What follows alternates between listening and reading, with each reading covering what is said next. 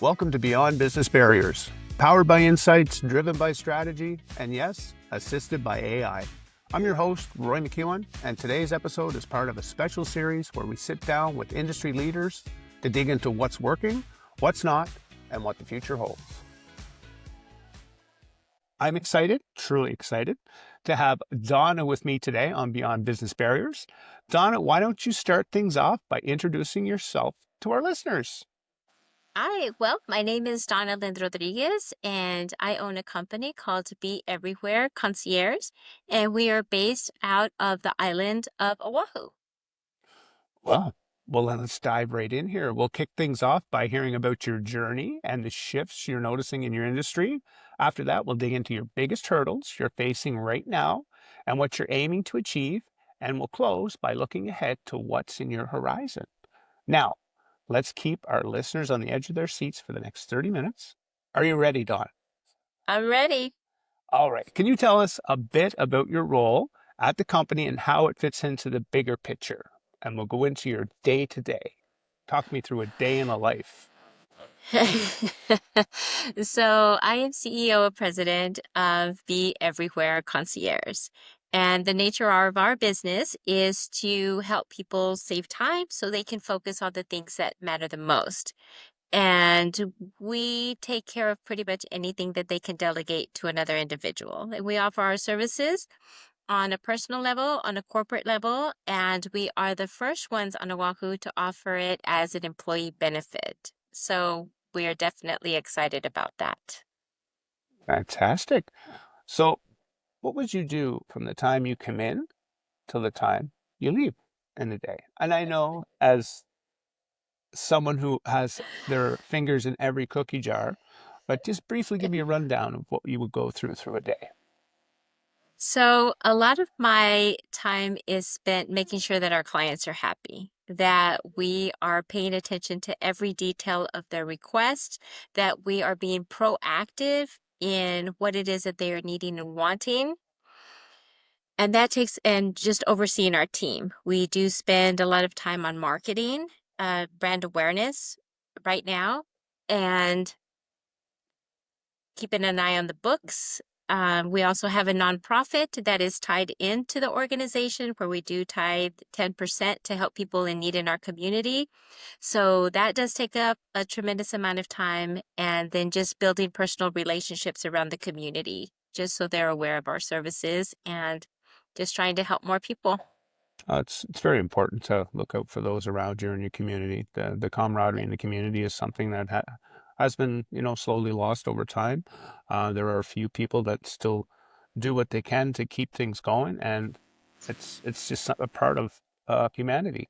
We should do that. We should look out for others. And what organization is that do you support? It's called Waking Up Smiling. So I founded Waking Up Smiling.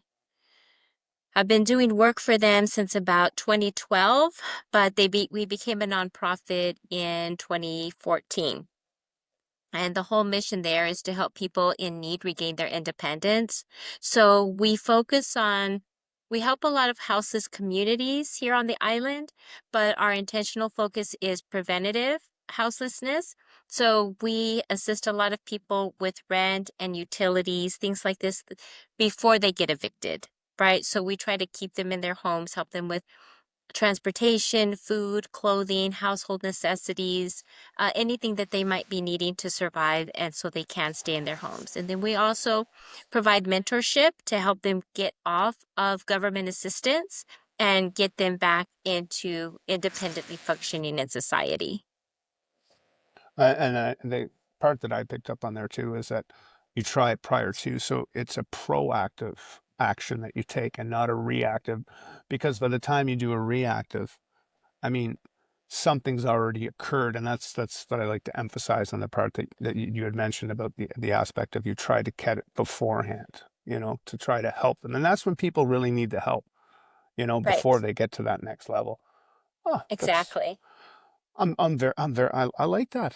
That's very, Thank you. very nice. I like Makes that. makes me happy. It feels Well, good to be able doesn't to it? help in that way, right? To get somebody when they feel like they're going to be evicted and they call, and we just try to make it as easy as possible. And we do everything from just one-time assistance. Maybe they're just struggling for the month, and then we do long term, right? So it's just dependent. It's catered to their needs, and as long as they want the help, we're here to give it to them. Yeah, and nobody knows that they're going to need help until you need it, and that's the thing. And having organizations that are there is so important because when you look, that's what you find. And well, I appreciate you. That's very nice. So I thank like you. that. Thank Now, you. kind of on the same tone, my next question is, what major changes or trends are you seeing in your industry right now? Well, that's an interesting question, only because a concierge service at our level doesn't exist here yet. So it the challenges that we face are just in making people aware of what it is that we do. So when you say concierge, that's usually tied to a hotel, right? That Mhm. will do certain tours, excursions, things like that. But since we're a full service concierge, meaning we handle everything from house management, auto management, we take their cars in to get wash, wax, filled up, oil change, things like that. We organize their home, we maintain it, we oversee their contractors, housekeepers, landscapers. We handle every kind of gift, special occasions, booking tours, excursions. We do administrative support. So the level of service that we provide is not known yet in Hawaii. So the challenge there is finding the right marketing tools to reach our demographic, and companies being able to offer our services as an employee benefit, which shows their employees that they value them and their time, that when they get off work, they understand the importance of them actually going home and spending time with their family, not running to Costco, not getting groceries, doing their dry cleaning, filling up their car. We take on those tasks so they can go home, enjoy, go to the beach, do whatever it is that they're needing to do. So the challenge there again, Roy, is just getting the message out to all the people here in Hawaii. And then that's the thing. Well, then that's about the growth aspect or your growth strategy of your business model. So, are you do you want to expand more, or of Well, course as a everybody matter of does. fact, we are geared up to franchise. So that is in the foreseeable future. So we're actually doing the footwork on that right now because the word be everywhere was intended as our vision is to be everywhere, helping people. And that again is connected to the nonprofit, helping people just all over the world. So whatever anybody who uses our services that we're able to help, they're in turn helping other people in their communities. So it's just, we do have a global vision. So you're looking at the franchising Absolutely. opportunity. Yeah. Absolutely. Well, here's something for you. Now, Okay. you know what's working well for you. What works well for you right now in your business layout? What works well for you?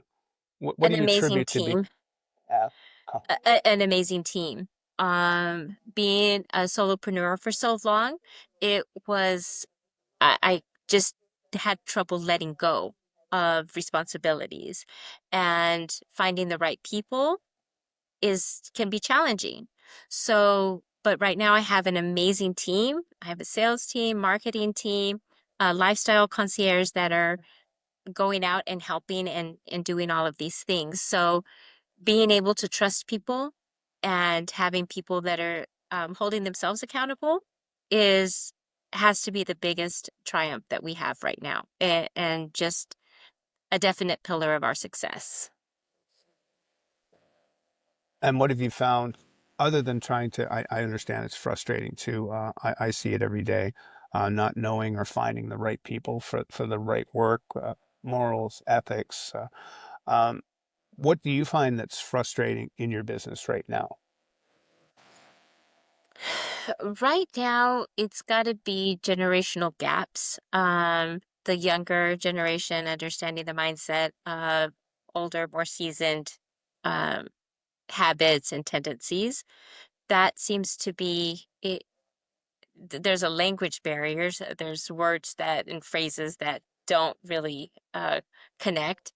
But other than that, we've we've had quite a few hurdles in the past, and I'd like to say that I try to learn from our mistakes and from the mistakes of other people, right? And just move on in a way where we stay focused on the goals and we just try to every decision that we make has to be geared towards that. So that was a struggle for us, which we're overcoming right now.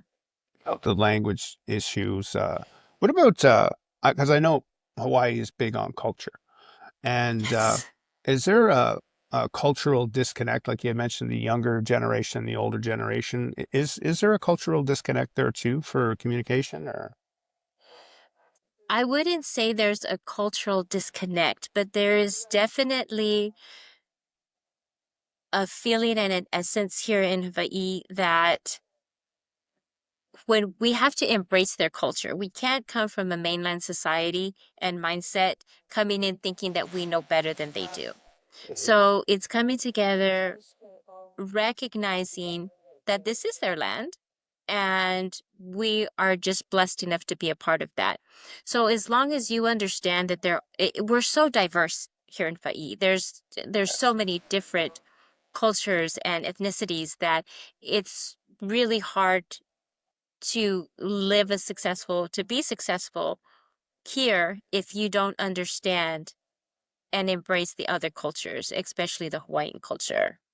Yeah, it's the respect aspect, and I've seen that for many years, many different countries, many different even cities. Like I know one of the most diverse places I'd ever been, and growing up, and I still visit, and it's just incredible, and it's only 4.5 hours away from me. Is the city of Toronto, the cultural diversity in there. Like there's communities and organizations and religions, and you can just walk around a corner, and that's the thing. It's the just the acceptance and the respect of each individual culture, and it's and I think that's a big issue of and you had mentioned it too, and it's just the acceptance aspect of it and the gratefulness that somebody wants to share that with you and somebody wants to be there while you're sharing it, and it's something that's lost in today's society, and hopefully individuals like you and I we can continue that and spread the good word, and I mean it's so important to be part of being a part of a bigger thing, right? Absolutely. Now, let's try in your business a bit. What metrics or key performance indicators are getting your most attention on the dashboard now? I know you mentioned uh, getting out there. You want it to get out there and get a hold of people. You want it to expansion, franchising. Is there anything else there that you would like to be as a? Because you're an entrepreneur at first. You were a sole individual, and you're not anymore, and you want to continue to grow. Is that to share your vision? Is that part of it? Our vision is quite extensive. I do not like limitations. Um, so right now our umbrella is Be Everywhere, and Be Everywhere Concierge is a subsidiary of that. But we will grow into Be Everywhere Travel and Tours. We'll grow into Be Everywhere Charter. Um, and we will just continue to grow and find ways to help people save time, save money, to enjoy life. And that really is the goal right now is just making people happy. Absolutely. Uh, I like that too. That's a good way to phrase that up. Right. So what's the I know myself to try to during expansion and stuff like that. What's the biggest hurdle for expansion?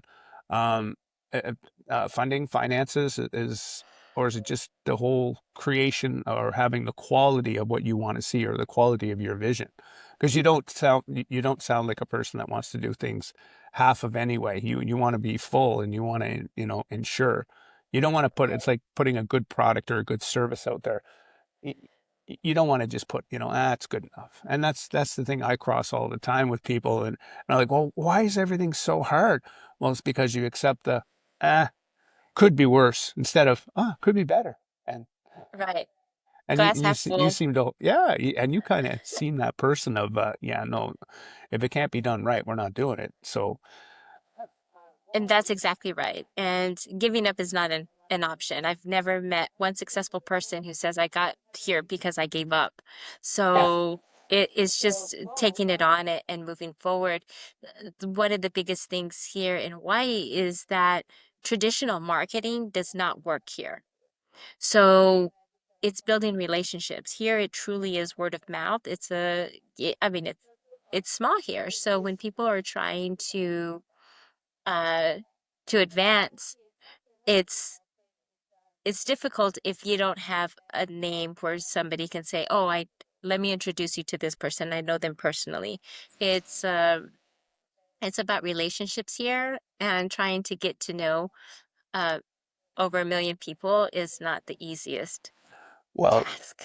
well, 1 million people, it's not a small number. I mean, It's it's a not small number compared to 10, but I mean, you can't go out and say, "Oh, how many people do I remember? How many people do I know?"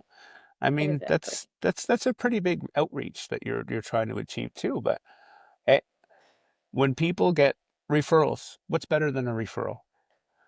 A satisfied customer, like there's nothing better than that. Oh, I hear great Exactly. things about you. Thanks so much. What I'm interested in, and lo and behold, that's a good feeling. That's the best advertising there is. Exactly. When you make people happy and your heart is in it, and our heart is in it, eh, there is not much we would not do for a client to help them out. And the heart is just there, even when it comes to people who can't afford our services. Uh, we make sure they're still going to get the things that they need, whether it's an elderly who needs groceries or help with prescriptions or things like that. If they don't have the resources to pay, well, then that's okay. We're saying no to somebody like that for monetary purposes is not who we are. So I feel the longer we stay at it, the better off we're going to be. And the more people we're going to help, then the more people will know about us. So one day at a Sounds time. to me like you're not just growing a business, you're growing a wonderful, loving society. That's to me what that is. That's Oh, I hope so. I hope so. Wouldn't that be a wonderful legacy to have? But I yeah, know it's mostly fiction, but hey, we can go there. It's nonfiction, but well, we can do our best. It is what we make it, right? exactly. Now, if you had, speaking of fiction and nonfiction, let's say you had a magic wand and you had one major issue today to fix, what would it be? Oh, I'm sticking with brand awareness. That's it right there. Is just getting the name out and changing the conversation. We're starting to see that change very slowly to where when we're meeting people, oh my gosh, okay, Be Everywhere Concierge. What is it that you do? We're looking forward to the point where, oh, Be Everywhere Concierge, our my brother's company uses your services, or my sister uses your services. You do great things. That's the number one. If we could just become as well, if we could just become a household name quicker, that would make me happy. Like I threw that in there quicker. I'm sure there are Yeah, quicker ways, but it's the efficiency and the quality factor. That's the thing. I'm not a yeah, person who believes in you know, good enough. No, could be better. right. It's not going to be perfect. That holds a lot of people from moving forward. And did you ever have this occur to you where you wanted to move forward, but you said, "Oh no, I'm not ready yet. This isn't ready yet. This and that." But then when you get to the point that you're at the end of that diving board or at the end of a rock or cliff because yeah, there's and you got to take that step off. Had you experienced that in your life, in your business? Well, who doesn't like You'd be feel amazed. The people that I the don't talk point? to because I don't know about them because they didn't step off. Well, I know you you took the have plunge.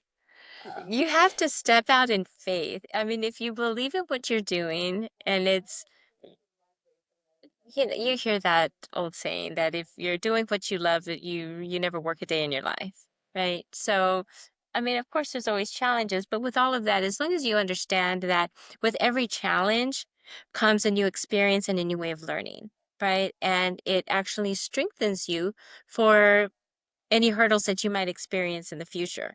So I embrace every challenge. Every time it's feeling difficult and I want to quit, I recognize that it's not an easy road. To become successful, you have to go through that. There's no way to grow if you are not feeling troubled or if you don't feel overwhelmed at some point. And every single time you do have to take that step over and over and over again. But it just makes the victory that much more sweet. Well, if you repeat and something changes, if it stays all the same, well, then, three times is enough. I've run into a lot of brick walls. Three's my limit. But if you don't change that, you're going to keep hitting the same bricks in that wall. So Exactly. Exactly. that's the thing. You can be as you can be uh, as stubborn as you want, but it's that plan. It's that changing of your plan and your actions, and Right. And I now think a lot is also, I have learned, I'm a woman of faith, and I have learned a long time ago that if I try to force something, like you're running into that wall and you're trying to get through, eh, having a challenge and forcing something are two totally different things. And when you can recognize that, then you've accomplished quite a bit, I think. It's just that little bit of wisdom where it makes life just so much easier when you can recognize a challenge and recognize that you're going after something that maybe wasn't meant for you. and that's the equivalent of reaching out when you can't come up with the answers, reaching out and helping and talking to people, and Exactly. that's what people don't realize. Regardless of who people are and their business and how large they are, the good people will always reach out and help people, and that's what I enjoy when I speak to individuals such as yourself. I enjoy that. Um, Now, with that in mind, I have one more question. I would like for you to give me an example of one time, the most outrageous part of your business that someone said, "Oh, you can't do that," and you did it. You can't have this service. That won't work. And it worked.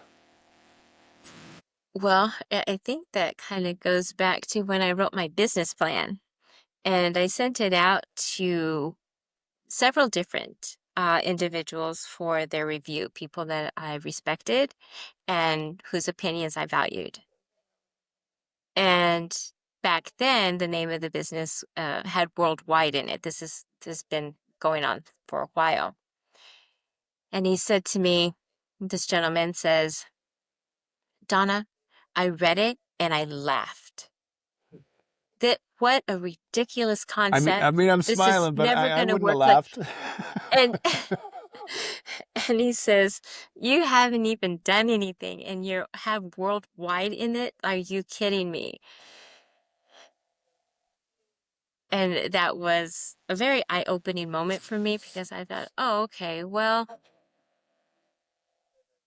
maybe there's some things that you don't need to ask when, if you know something in your heart, then other people's opinion shouldn't really matter, right? Because there's always going to be somebody's going to tell you that you can't do something.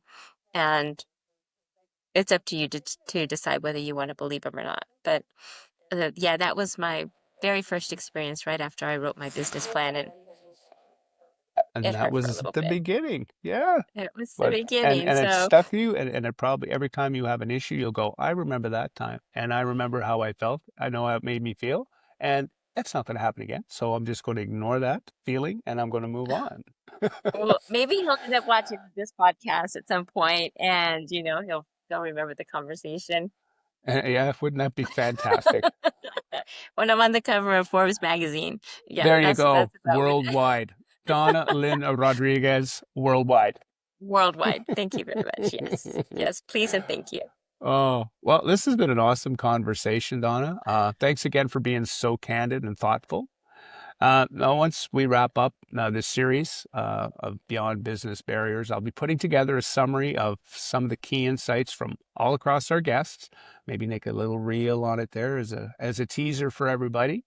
And I'll definitely send that your way and a copy of today's podcast. So thank you so much for your time, Donna.